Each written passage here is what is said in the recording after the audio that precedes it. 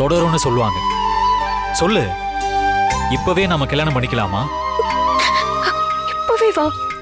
ஆமா, இப்பவே தான். காதல்லையே புனர்தர காதலை விட, களிர்தர காதலை விட பூதரு காதல் தான் அதிகமா பேசப்படுது. அது இந்த இளந்திரையன் செய்ய நினைக்கிறது ஒன்றும் தப்பு இல்லையே. இந்த அழகான பூ, இந்த அழகான பூக்காரிக்கு